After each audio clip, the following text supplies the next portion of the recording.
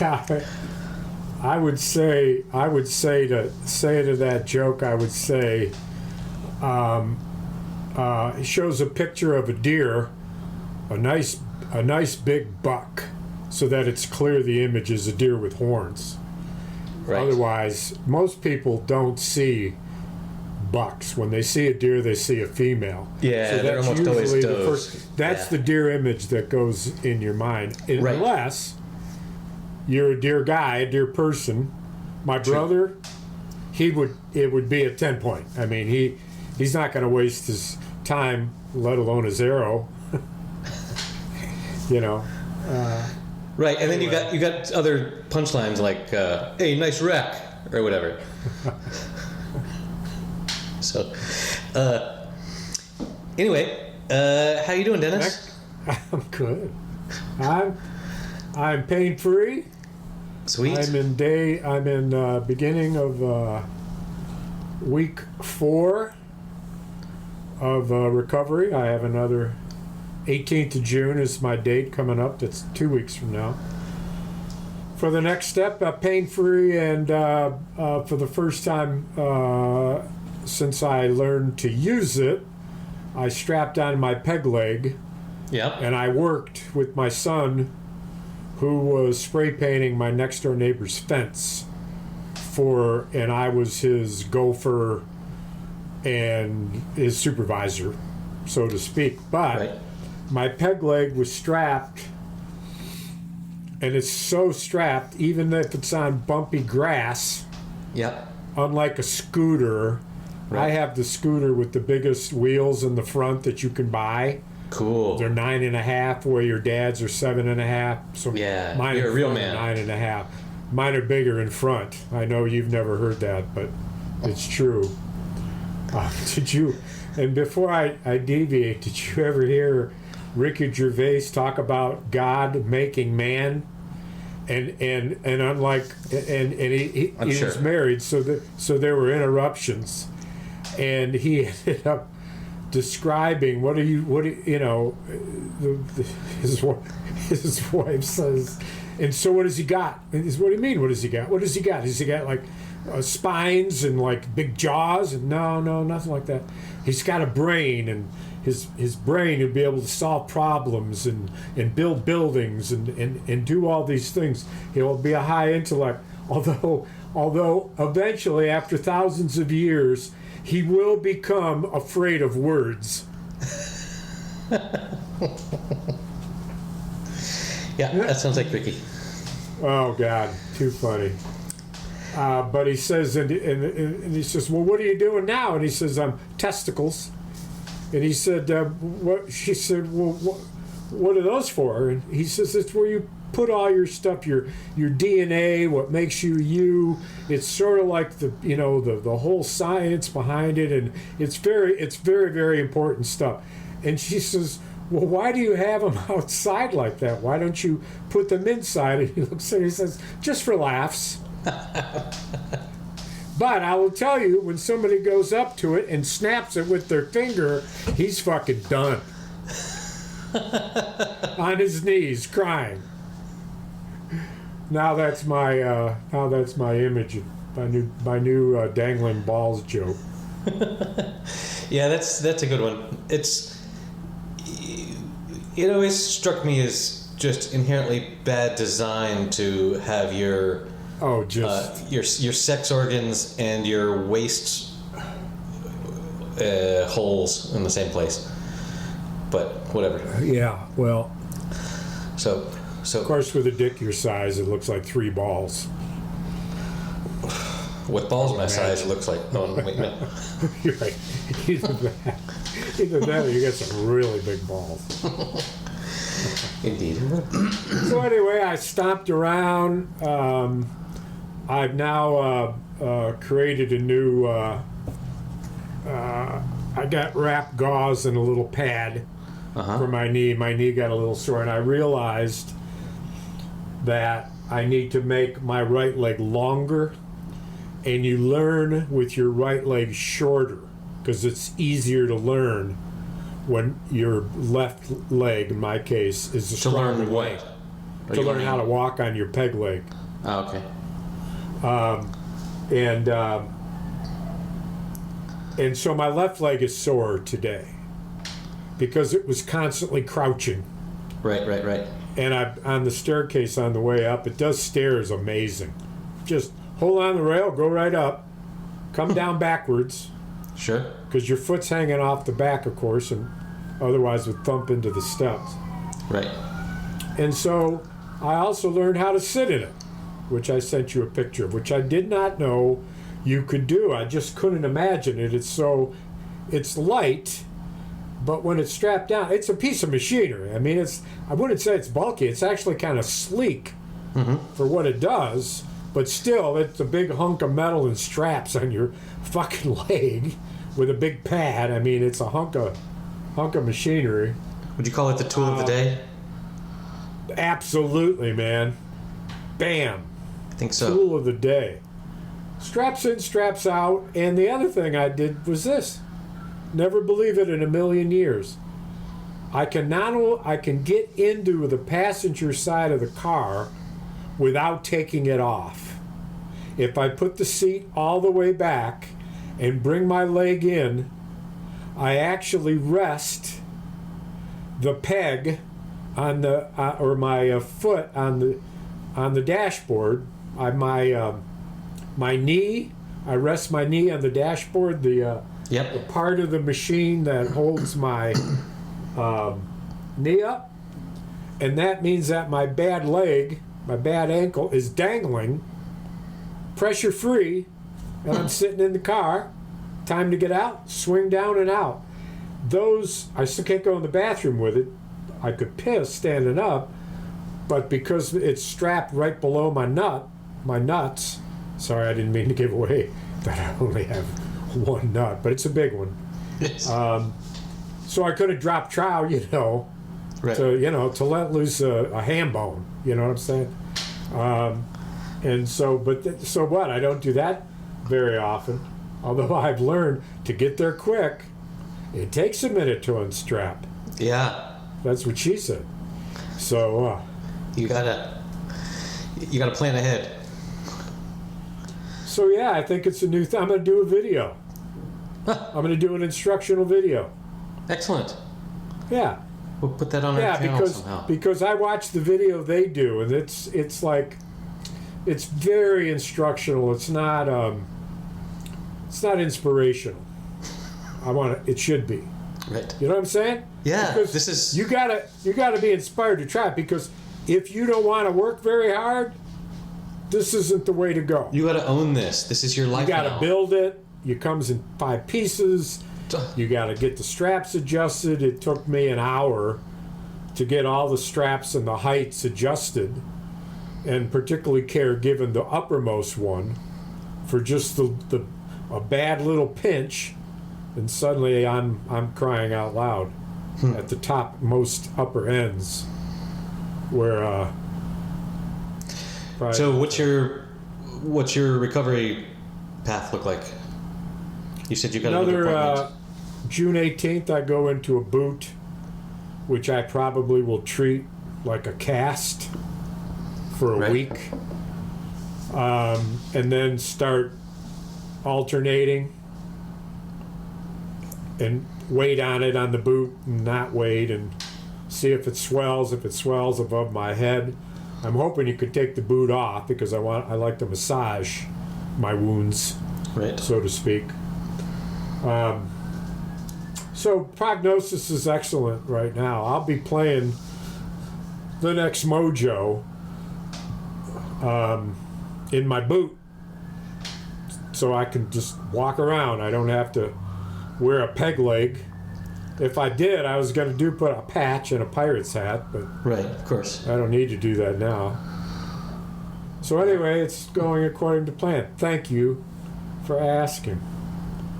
Good. We'll see how it feels tonight when I sleep, But I took a couple ibuprofen before I started, and then took a couple after I was done, then took a nap, and then took 2 more. So all that That's my max for the day. 600 milligram. Control that pain. Never let it hurt bad. Just you got to use pain medication like a faucet.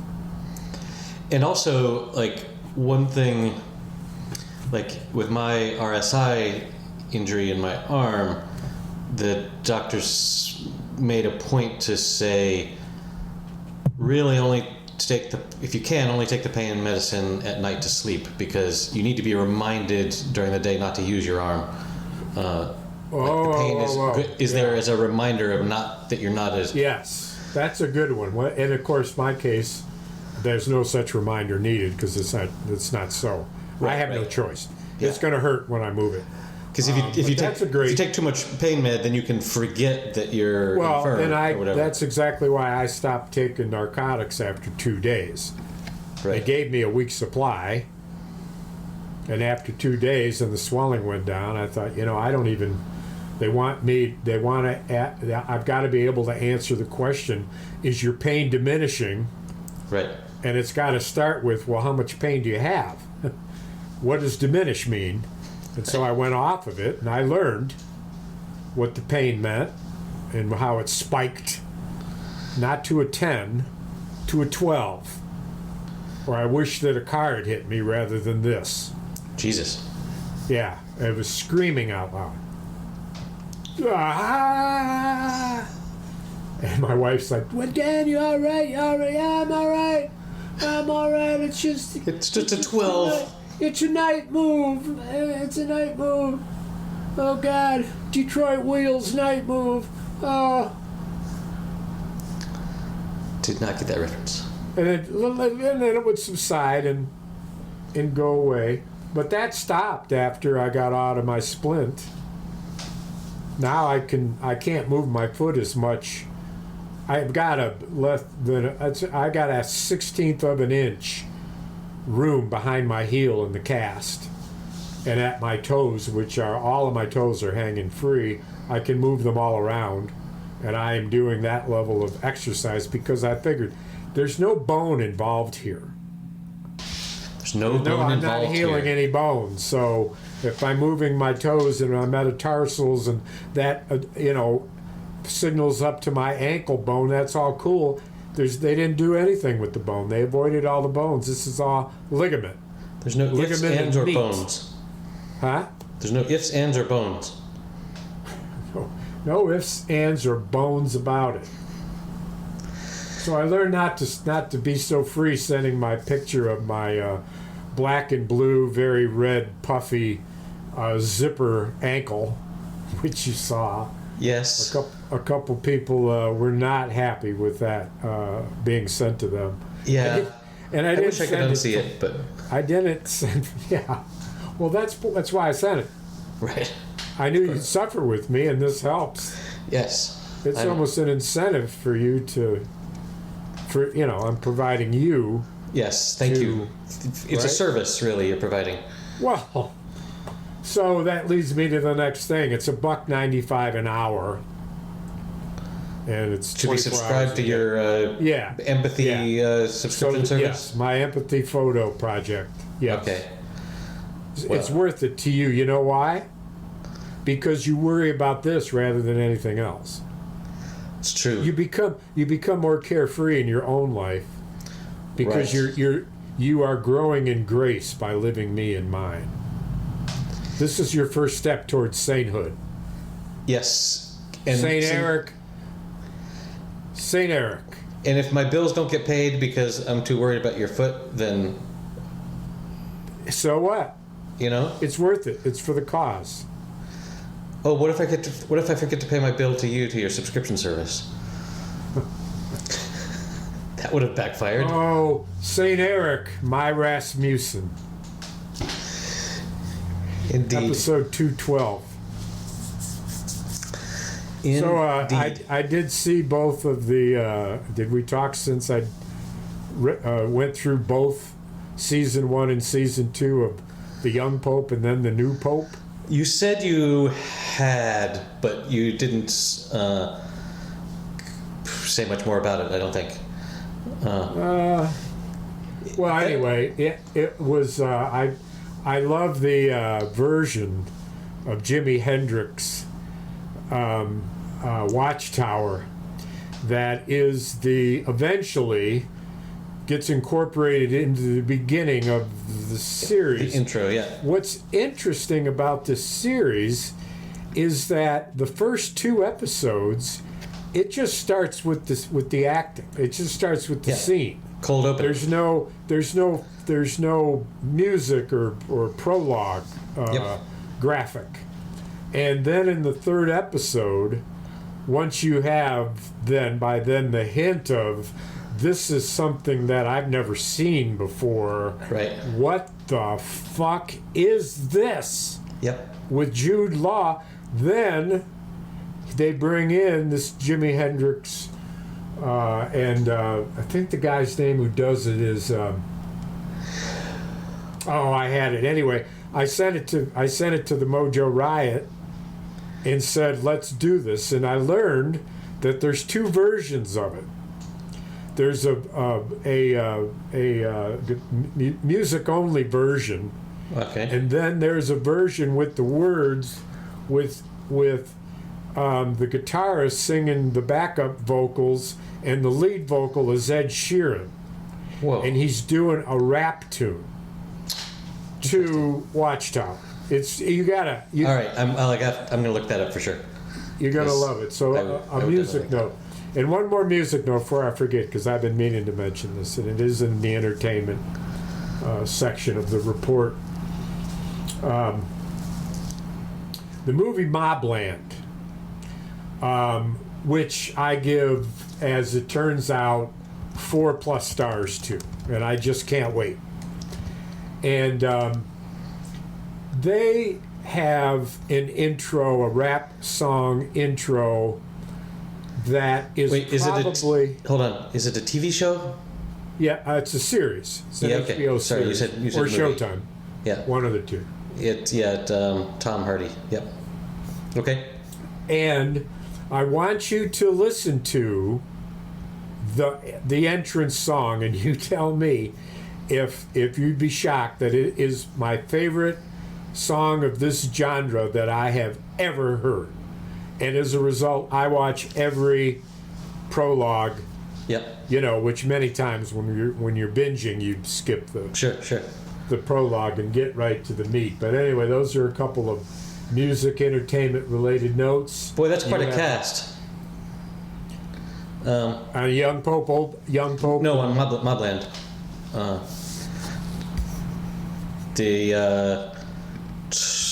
Tom Hardy, Pierce Brosnan, Helen Mirren. Yeah, and it's interesting. There's a scene in it where Pierce Brosnan is like no other role I've ever seen him in, and it is the most powerful scene I've ever seen him do, and I have seen him in about everything he's ever done. Right. And it's fascinating at his age. He's a few years older than me, I believe. I wouldn't be surprised if he's 77. But I'm not sure. And of course, the protagonist is shared with his spouse. They're both Irish, okay. and that's a big fucking deal. That's a big deal. Plus, okay. He's a fly fisherman. And he bought a place in England, an estate, where he's got a trout pond in the back, and that's where he goes every free minute he has to fly fish. And so it's an interesting... It's like they custom made it for you. Yeah, it's great. It's great. And so anyway, worth watching. Okay. There's quite a bit good television on. I've been enjoying a new series on Apple TV Plus called Stick. It is Owen Wilson is an ex-golfer. I thought I had heard of it. Yes. And is it good? I'm enjoying it a lot. He's hilarious, but He like he's a washed up tin cup sort of a character, and he stumbles upon this young golf prodigy and wants to take him under his wing, and it's just, I don't know. I've been enjoying it so far. Oh God! You know, I've got access to that. You said Apple TV. Apple TV Plus, yeah. I thought I saw. I gotta get some. I gotta get some shit worked out here, man. I don't have enough fucking wattage here in my fucking Wi-Fi that I get buffering all the fucking time when I'm. Oh man, that's no good. And because I've got the words on, it's the episode's fucked, or I shut it off and I turn it to another one. Right. Or I check my Wi-Fi from my couch on my phone, shut it off, turn it on, whatever. Right. But that's just that's for no my way phone. to live. It's not for the 2025. house. You know. Yeah. And as I do that, I got to get straight with this fucking channel access. You know. It's so hard these days. Like, what am I subscribed to? What someone tells you about a TV show, and you just have to go and look through all the shit you're subscribed to figure out where the hell you can even see it. It's it's a lot worse than it was in the good old days. Well, I need to get an upgrade on ways. my screen and get more of a smart screen. I mean, this screen was given to me by my planned future son-in-law when he bought a new one. That was 10 years ago. It was used. He originally paid $300 for it. So I'm still using it, which is a hell of a tribute. Right. But while I'm doing shit, I got to get the gurus down here from. I've got a big box. Like a Best Buy. Yeah. So I use the whatever they call it, the smart men, or the whatever they're fucking called. Nerd. And they it's great. They're very, very good. Yeah. They're very, very good. I've never complained, and they have saved my ass before. So I gotta get them to hook shit up and kind of start fresh and go with something that's got more access and spend a little money. So, do you know where I am? What? Do you know where I am? Not in my usual location. Oh! I kept noticing the big black screen, and it finally dawned on me that, where is he? Where are you? Let's see if I can show you. It is 10 p.m. in Oslo, Norway, and the sun is still up because it's freaking June. How about that? You're in Oslo, Norway. I am, yes. So I want your life. So how do we... And do I bargain with the devil? And you don't have to take my life. You get to keep your life. I just want one just like it. Oslo, Norway. so the photo I sent you of the food. Oh yeah, the steak. I've got a story there. So, I flew in this afternoon, and but with travel, it really burned my whole day. And I got checked into this apartment thing for one night. Later, I'm going to go to the hotel that the conference organizers are paying for. And so I put all my stuff in the hotel, and I went out walking around. Let's go see the opera house or the town hall or whatever, and all the parks and stuff. It's all quite walkable. And like, for example, the city hall here is where they give the Nobel Peace Prize every year. Which you saw last night, and you were nominated. And yes. So surprise. No. You got the you were nominated for the particular award on science and travel. Indeed. No, so the Nobel Prizes are given out in Stockholm, but the Nobel Peace Prize specifically, for whatever reason, is given in Oslo. And this is not my first time coming to Oslo, because back when I was living in Copenhagen for 6 months, back in 1999, my parents flew over and we took a trip up to Oslo. I guess we must have flown. And so we got to see like there's an ancient Viking ship that's yeah. and that is super cool in the Viking ship museum, which happens to be. I heard stories like about this from your dad. Yeah. Yeah. And so the Viking ship museum happens to be closed. It's been closed for 3 years, and it's going to be closed for another 3 years while they like renovate the shit out of it. I don't know. It better be amazing when they reopen it. But my memories of Oslo from that trip were everything's really expensive. The Viking ship, and that we went out to dinner one time and we ate reindeer. While they were still alive?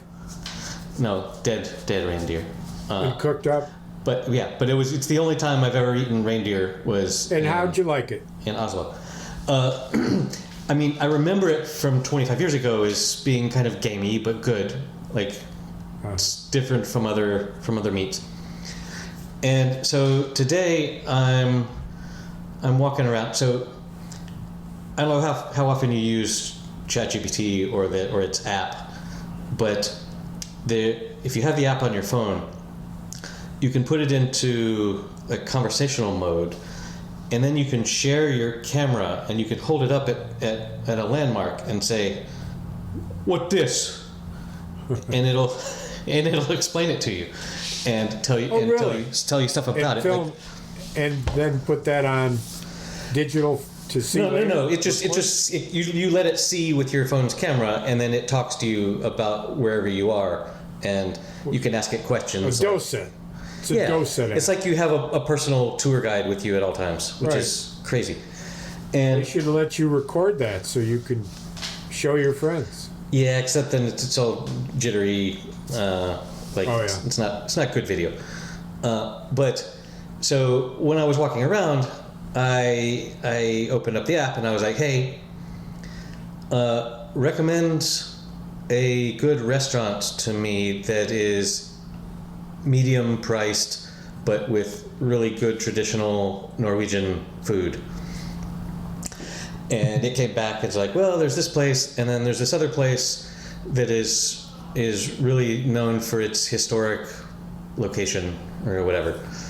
And so I looked at them both, and I was like, yeah, that second one looks kind of cool.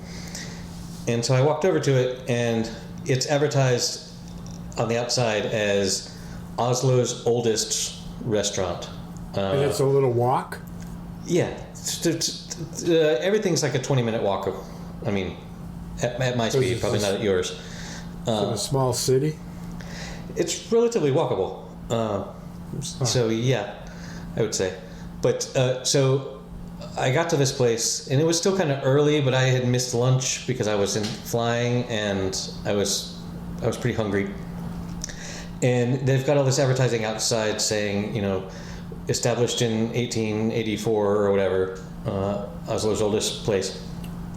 And I go and look on the menu, and I'm like, oh look, there's reindeer on the menu. Wouldn't that be a nice bookend to have reindeer for the second time ever in the same city? That'd be neat. So good story. So I sit down outside with the beautiful, like, there's a fountain, and the afternoon sunlight is like, even like if it's still light at 10 p.m. at 6 p.m. it's quite light still.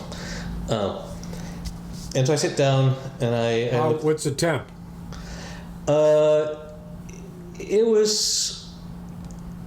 in the sun in short sleeves, I was fine. But on my walk home, I needed a sweater. So 73. 70-ish, yeah.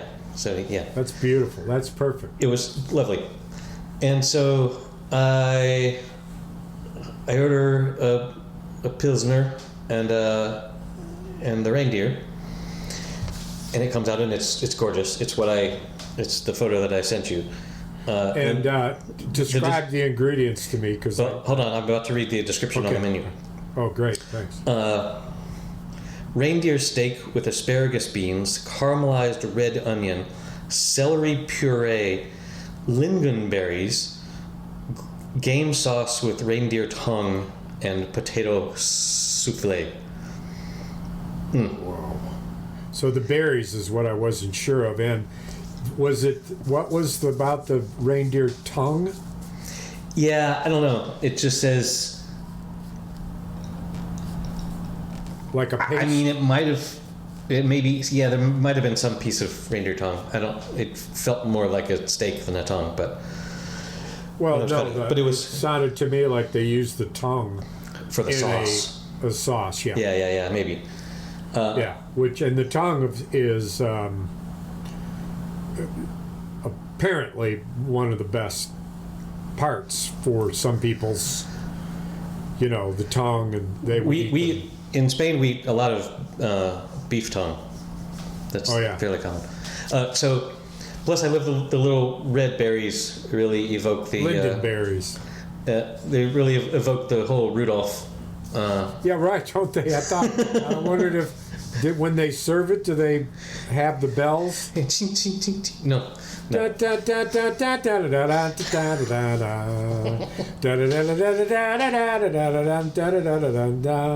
Exactly. Your dinner's here, we're happy we killed a big reindeer. His name was Rudolph the berries, I found there his nose. That's what I thought it was. I thought it was like they took fucking Rudolph's nose and cut it into small pieces and scattered it around the dish. Exactly. That's what I thought. So I don't know.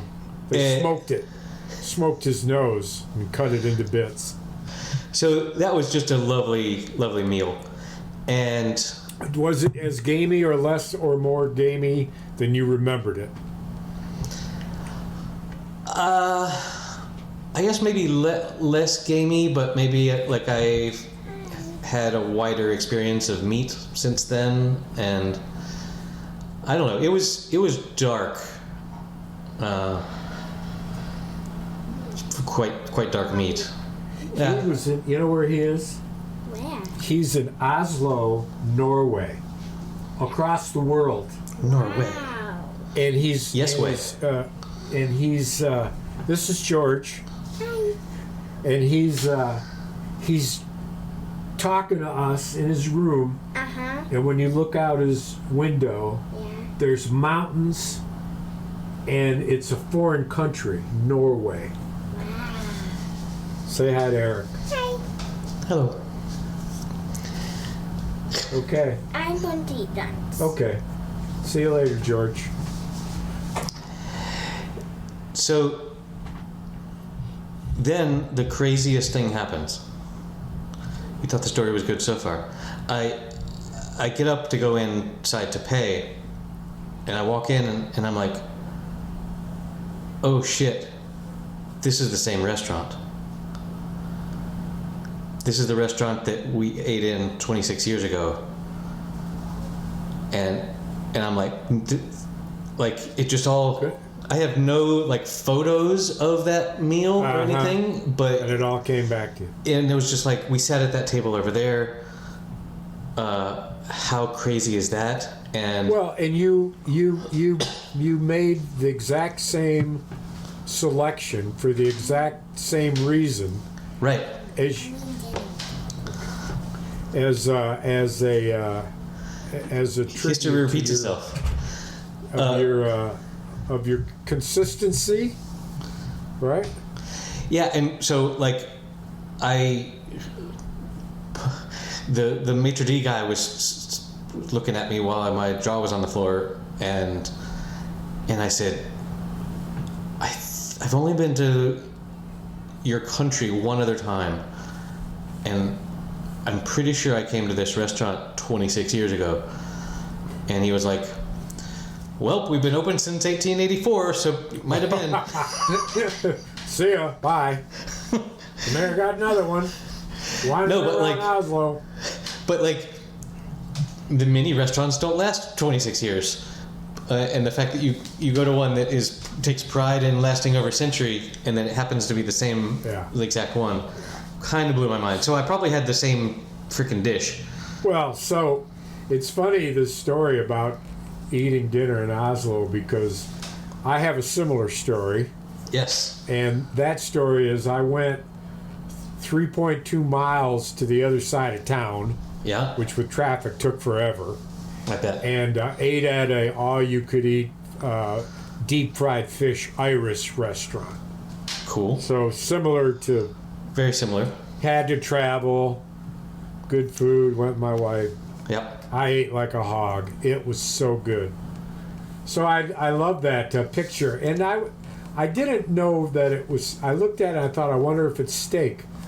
But if it was was it in small pieces like a stew, or was it more of a hunk? It was more of a hunk, but it had been pre-sliced a little bit. And was it tender enough to cut with a fork? I cut it with a knife, so no. No. Well, maybe you might have cut it with a knife simply because I'm civilized. Right. Well, no, you can cut food with a fork and not be thrown out of fucking prep school. So whatever the no, I don't think I could have cut it up with a fork. It wasn't that well, soft. the way that my mother cooked game, and she was better than any game cook I've ever eaten, to take the gaminess out, and she did it by making a very from the juices of the meat, etc., and the onions that she used and other ingredients, she made a very rich broth. Right. And then turned the broth into a very rich gravy, and then she bubbled it in the gravy for hours and hours and hours, until the chunks of meat, which were square chunks, you didn't need to. They were big, the right size just to put a chunk in your mouth. But if you had them on your plate, obviously, you could cut them in half with your fork, because the meat just fell apart, yet it stayed firm. No gaminess at all. But the secret was the gravy. And of course, on top of homemade mashed potatoes, we're talking fucking seventh heaven, bro. Seventh heaven. Mashed potatoes, thick gravy, tender freaking carcass of antlered animal. I just asked ChatGPT what I was wondering of what makes some meat taste gamey. And it's a lot of what I expected. Which is what they eat. Well, yeah, it's their wild diets and their exercise and muscle use. Like your typical beef cow ain't running on the treadmill, but your typical elk is. Hey, wait a minute. Could you do a short, an AI short of a cow on a treadmill? We'll think about the caption, which would say something like, Oscar wasn't pleased with his first attempt to lose weight, because you're showing him fucking flying all over the... I was going to maybe caption it with him saying, why am I not moving? But yeah, something like that. And also how it's like, if it's field dressing versus and how much it's aged, like and here's how to reduce gamey flavor is marinating or soaking in milk, vinegar, wine, or buttermilk can neutralize strong flavors. Trimming the fat. I think what were the marinating milk, vinegar, wine, or buttermilk. I wonder if my mom did keep them. I remember my dad starting out by putting them in icy water to chill them, But I wonder if she did put them in a marinade. I wonder if she used, like, this would make sense now that I think about it, is bottled Italian dressing. Easy enough, vinegar, oil, shake it up, Sure. simple. Got some spices. Yeah, that may be it. And probably keep them, not dry them before she cooked them. Leave that sauce right on them. There you go. Well, it sounds like a great trip. And so you're in an apartment, and now you're going to a hotel for the conference. How long are you there? A couple days, or? Yeah, a couple days. I fly back on Saturday morning, so not very long at all. So conference doesn't start tonight. Obviously, it's tomorrow night. Yeah, tomorrow night is the speakers' dinner, and then it's a one-day conference on the. Well, it'd be interesting to hear stories about what they feed in a large crowd. I wouldn't be surprised if they fed reindeer as an option. Do you get two choices for these dinners, or it's all pre-menued? Well, it varies. Sometimes it's a Just order. Sometimes it's a just order. Other times it's you got one or two options, and other times it's just like hors d'oeuvre, finger food, standing around type food. It varies wildly on the conference. Yeah. Well, I'd be great. How many colleagues will be there for dinner? The speakers, I think there's about 20. And so you got a crowd of what? Attendees? I don't even know Plenteries. yet. A couple. Well, they got probably. 20 speakers. You all do panels. I've always hated panels. They put people on a panel, and each one of the panelists is interesting enough and educated enough and well spoken enough that you just as soon listen to that person or each of them for the entire 45 minutes. Instead, when it's a panel, after introductions and all this ridiculous go-around, nobody has a chance to get into the fucking details. It's fucking ridiculous. Plus, as a conference sponsor, you're eating up fucking hotel rooms and travel expenses for what amounts to not a discharge of deeper knowledge, but a fucking outline. Where each speaker says there's 5 things that you should do. I've only got time to go through the first one. Round robin. So what do you? I'm going to have to cut you off there, Dennis. We can't go further into your panel issues. No. So I did because that's what they do at panels. I had my first ever panel experience at the last conference where one of the speakers was a super famous person, and they solicited questions from the audience to ask this person, and the organizer asked me if I would like to be the person sitting next to him asking him these questions cool. to moderate, I guess. And I was like, sure. Sitting down in chairs. Yeah, in chairs on a stage. Yeah. And I was like, sure, that's cool.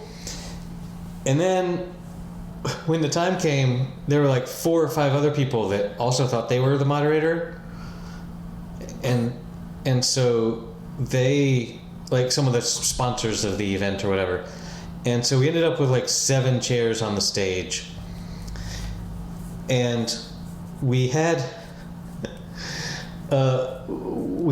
two microphones, which would be fine, except that we also had a wireless microphone that was for the live feed going out to the internet. So whenever you asked a question, you had to hand 2 microphones to the person, and they would take the 2 microphones, immediately start gesturing with one of the hands with the wireless microphone. So it was just such a bad situation. Right. And it sounds awful. Anyway, the organizer told me later that I had done a pretty good job of ignoring a lot of the stupid questions that had been asked. Yeah, right. Because this is an important person because he was around through the history of computer science, and all the questions are like, so what do you think AI is going to do to our jobs? And it's like that's not what his expertise is. Let's not do that. But anyway, so yeah, it's going to be nice. Yeah, I really have no idea of how the conference is going to be. Well, I want to hear the stories, man. Well, I'll tell you. This is a special treat what is that? because I ran out of beer. But an hour ago, I filled up this metal extra cold lengthening cup Sure. with a top on it that closes. Yep. Put in 2.5 fingers of scotch and then filled it full of ice. And now when I touch the outside of the cup, I feel like, oh boy, that's cold.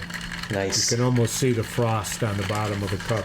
And I'm of the belief, as you may be, that this is decent scotch, this is yours, that when it's really cold, that the ice helps the scotch explode in a way that's exceptional, and not the same as drinking it straight up, obviously, but different, and not just different because it's cold. Right. The cold does something different at the molecular level, which then affects me in a biophysical way, which then affects the veins that go up through my jaws, by my temples, and into my scalp, and make me want to itch behind my ears. And so it's way cool, man. Is that why you do that thing like a dog when you start drinking too much? Start scratching behind your ear? I used to be able to do that with my leg back in the day when I was a slender lad, and could pull my leg all the way up and then use my toes to move my ear. It was quite the party trick, as you can imagine. It's one of the reasons I was so popular with the girls. They thought if I could do that again. They thought if I could do that, what else could I do? Exactly. Oh. Is it cold? Yummy? So is your container?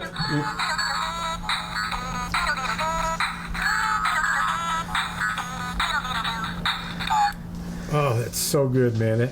Every time I take a deep sip of it, that's how that sound comes out of my chest. Yes. It's you know what it is?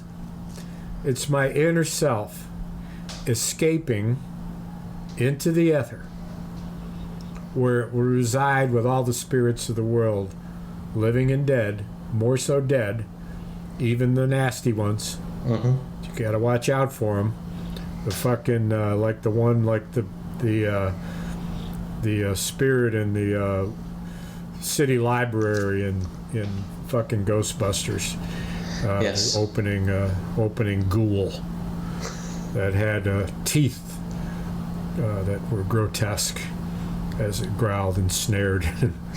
I see the image of those 3 actors running out the library and down the steps, and the fact Dan Aykroyd is enjoying himself so much when he's making this picture, that in a scene like that, where certainly he's scared, he's also smiling, and it's very warm to see it.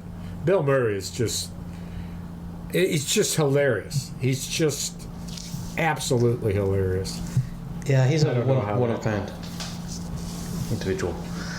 Anyway, yeah, that's the spirit in me taking over with that. So your mug isn't. It's metallic, but it's not. It's not. Otherwise, there's it no wouldn't feel vacuum cold. bit in the middle. Right. Exactly. It's actually a cup that's actually just more of a metal cup with a plastic interior that is shaped to be able to fit inside your car. Right. And so it's to drink your coffee fairly quickly. on your way to work rather than, oh, I'll leave it here and drink it later. No, No. Yeah. it'll be cold later. Not like the new space age cups. I've got 2 of those, and I may have ranted on this those big giant cups with the big giant straw Yeah. through a rubber gauge in the top. They're shaped so they're top heavy, Right. and with the handle on them, which is clumsy, they're the most spill prone place. If you put them on a carpet, they will spill. Right. So if you're sitting here in your living room, you're laying down on the couch, whatever. I got a very short nap carpet. I mean, it ain't a shag rug. You can set down a beer there, anything like, right? Put that cup down, it's gonna fucking fall over. And they're all like that, except Igloo, which sells them that are not that Right, way, but they also won't fit in a holder. Right. Yeti is the big brand. Yeti is the one I mean. Yeah. Thank you. Yeah, I don't really like those either. I've got several just little cup, like, holds about as much as what yours has there, but it does have the vacuum protection. So what I really love about it is you can have a cold drink in there, and you're not going to get all the condensation dripping down onto your table. Like, you don't really need a coaster. Because like it just solves that problem, which is elegant. Well, and you pay dearly for that. Well, you pay $26 for a cup. Yeah, the ones I have are pretty cheap. It couldn't have been more than like €6 or €8, and it has a lifetime warranty, which is kind of bizarre. You're a whole lot cheaper than we are then. But a lot cheaper. I mean, it just something. What's €6 is what? How much US? 7. Yeah, ours are at least for a like coffee size. Yeah, $26. Yeah, wow. 4 times that. 4 times that. Who knows? There you go. So, just a glimpse into on the political desk for a moment. Oh yeah, anything happening? We're very much into the force of Trump authority in L.A. Yep. Where without any discussion with the governor of California, Gavin Newsom, who's been running for the presidency of the United States for at least 8 years. Right. Bypassed him, called the National Guard in for his 2,000 trips, uninvited. Mayor Bass makes a statement which she reads and she's not outraged. She's reading it rather than feeling it. And Newsom protested, sued him, and said it on air, if they want to come and arrest me, I invite them to do it. You know, what they're doing is illegal, blah, blah, blah. And then Trump, of course, doesn't wait but a day and doubles down and orders in Marines. Right.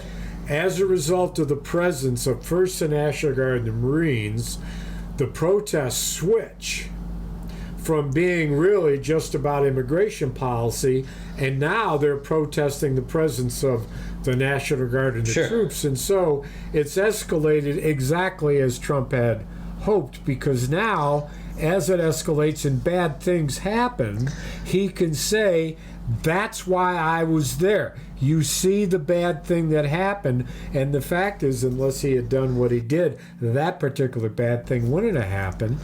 He becomes responsible and is so smart. You're ascribing too much. The provocator turns himself into a victim.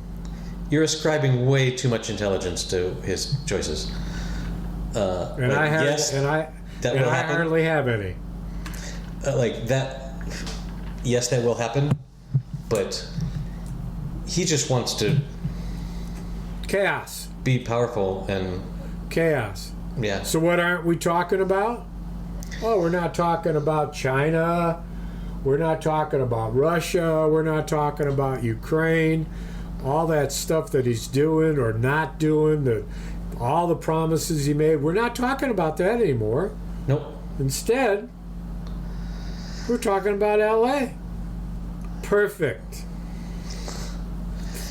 Here, follow the shiny object. Yeah.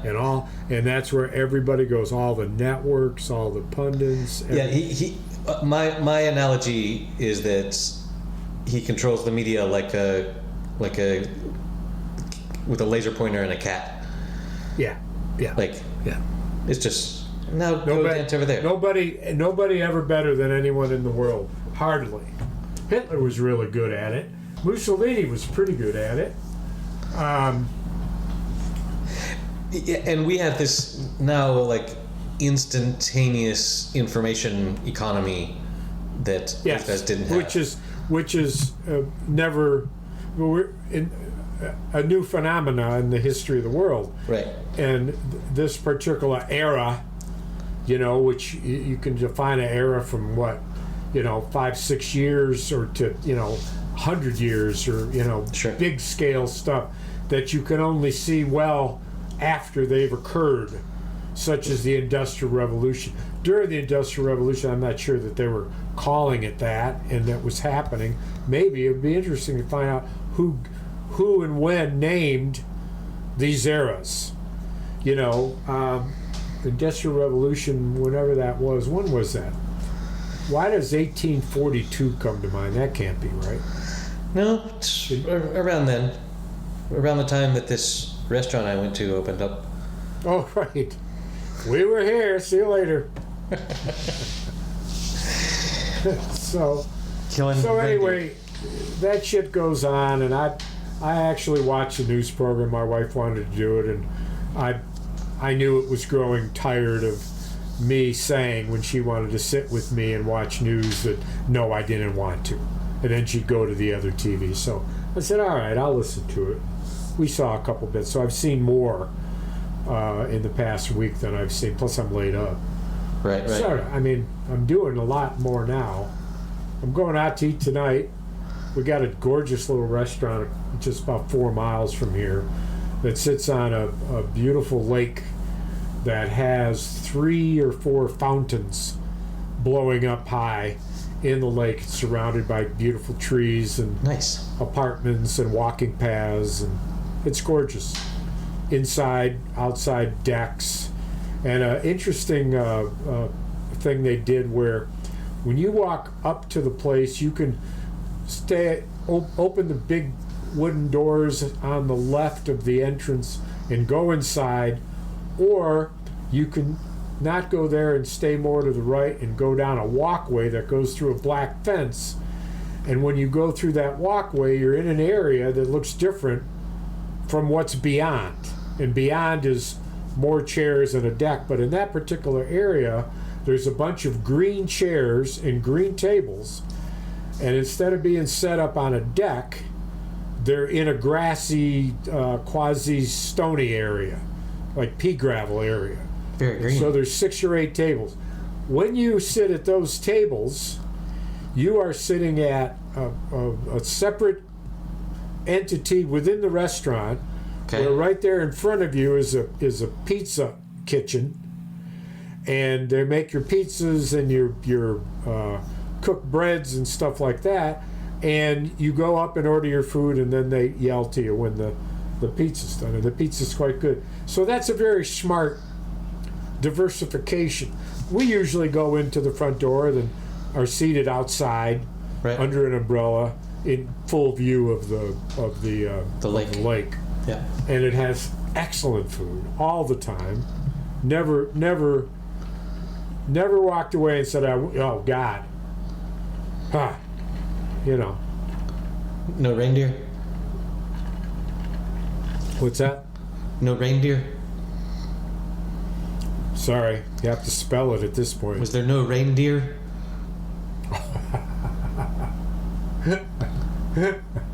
Or There the reindeer are munching on the soft grass on the side of the lake, the small lake. Or there, if you go when the weather turns bad, you can turn to your wife and be like, reindeer. Well, speaking of cows, like we were not too long ago, you know, I was running through a cow pasture not long ago, just because it's fun to run through a cow pasture. Don't we all? Farmer came and attacked me, and he threw a glass of milk on me. How dare he? Yes. Believe you told that one last week. Did I? But it was better this time. It's improving. I don't remember last week. The last week I told like it was about somebody else. Yeah. That made it complicated. It's way better. This version is way better because you get the cow pasture romp visuals in early. You can find it on the World Wide Web, but I heard that joke in the series that has 3 aliens hiding during one thing or another, and one of them is telling a joke. And for this particular one, after the guy telling the joke says the opening about, I was running through and I was attacked with a glass of milk, the other 2 start laughing and say, "Oh my God, we better be ready for it." And they start giggling, and then when he says dairy, they just go crazy laughing. And the laughter in the alien speech, and after you've seen one, you can see in the background there's all sorts of things going on. One is they have Star Wars militia, wherever they were, the stormtroopers, yep. That they're the ones who are laying on the ground taking fire, and these guys are in a trench somewhere in a war zone telling jokes. Okay. It's whoever did it's like, and then of course what happens next is that somebody else starts doing it, and they just do one after the other, and they don't have they just do it to death, so to speak. That's the thing we talked about the babies. Yes. That, without the context of the more of the original one where they're at a mic and they're doing a podcast or talk show of some kind. And now sometimes you click on them and they're just doing characters from movies one after the other. It's like, what the fuck? Hey, we're exploring this new medium. This isn't funny. It's overdone now. But that's what you'd expect. So, right? I've got 3% of battery and no place to plug in here, so we need to wrap this up. I do hope you enjoy your meal by the lake. Well, I think I probably will, but I got to tell you, man, I kind of forgot last week, and all I can say is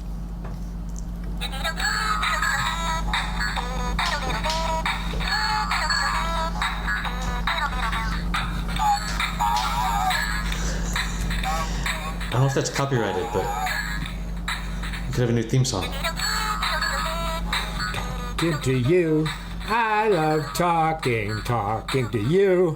Da da da da. Da da da da.